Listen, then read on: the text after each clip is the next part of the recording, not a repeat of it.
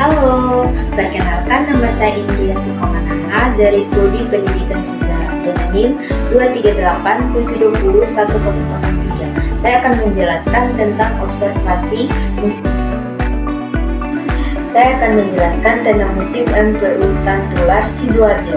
Jangan lupa ikutin penjelasan saya dari awal sampai akhir. Nah, sekarang kita akan menjelaskan tentang kesenian nih, salah satunya wayang. Wayang adalah seni pertunjukan asli Indonesia yang berkembang pesat di Pulau Jawa dan Bali maupun pulau lainnya. Ini adalah Barong Banyuwangi. Kesenian barong merupakan seni cerita rakyat yang mengisahkan perjuangan penduduk desa membuka area hutan untuk digunakan sebagai area pertanian. Untuk membuka tempat baru tersebut, penduduk harus menghadap makhluk-makhluk halus yang ada di hutan.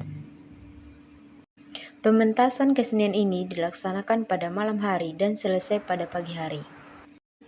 Selanjutnya kita akan menjelaskan tentang wayung reung kendang Tulung Agung. Kesenian tradisional dari Kabupaten Tulung Agung yang berbeda dengan reung lainnya. Sebenarnya reung kendang lebih mirip pada kumpulan penari jenis alat musik tifa atau jimpe yang dipadukan dengan kesenian jaranan, karena dalam bahasa Jawa bernama kendang.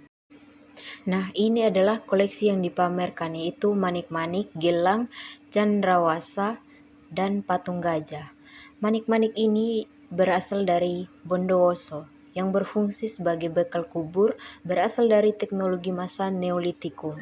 Yang kedua, gelang atau binggel perunggu yang berasal dari Banyuwangi, hasil teknologi masa Perundagian. Yang ketiga yaitu cendrawasih asal Tuban, hasil teknologi masa Perundagian berfungsi sebagai sarana upacara. Yang keempat yaitu patung gajah asal Tuban, hasil teknologi masa Perundagian, ditemukan di dalam neraca dan berfungsi sebagai wadah air. Ini adalah kapak genggam asal Pacitan, hasil teknologi masa Paleolitik. Yang kedua adalah kapak persegi asal Bondowoso, hasil teknologi masa Neolitik. Yang ketiga yaitu mata panah asal Pacitan, hasil teknologi masa Neolitik. Yang keempat yaitu kapak corong asal Malang, berfungsi sebagai sarana upacara, hasil teknologi masa Perundagian. Yang kelima yaitu kapak J asal Papua, berfungsi sebagai sarana upacara, berasal dari teknologi masa Neolitikum, sampai saat sekarang masih banyak ditemukan di Papua.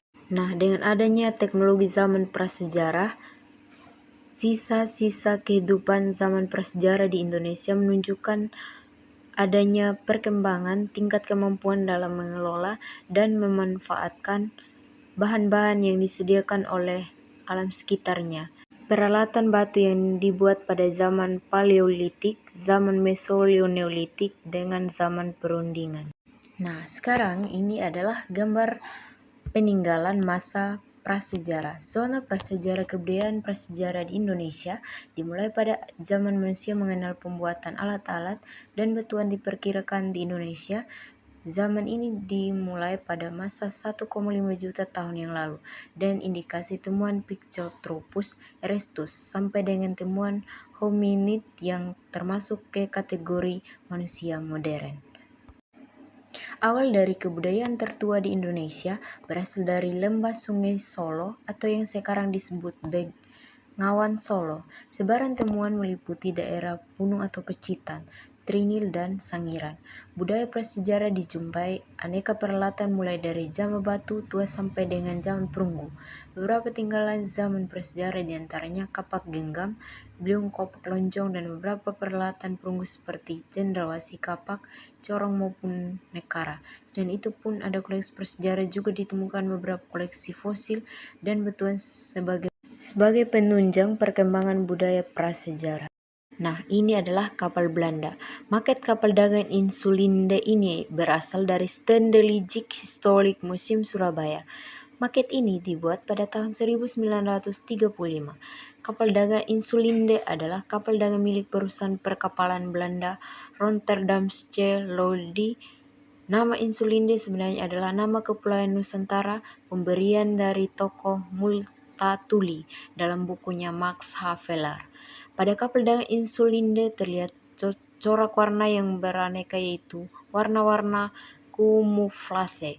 Pemberian warna ini dimaksudkan untuk menghindari dari incaran pengintaian musuh yang setiap saat selalu mengancam keselamatan sebagai kapal dagang Perang Dunia.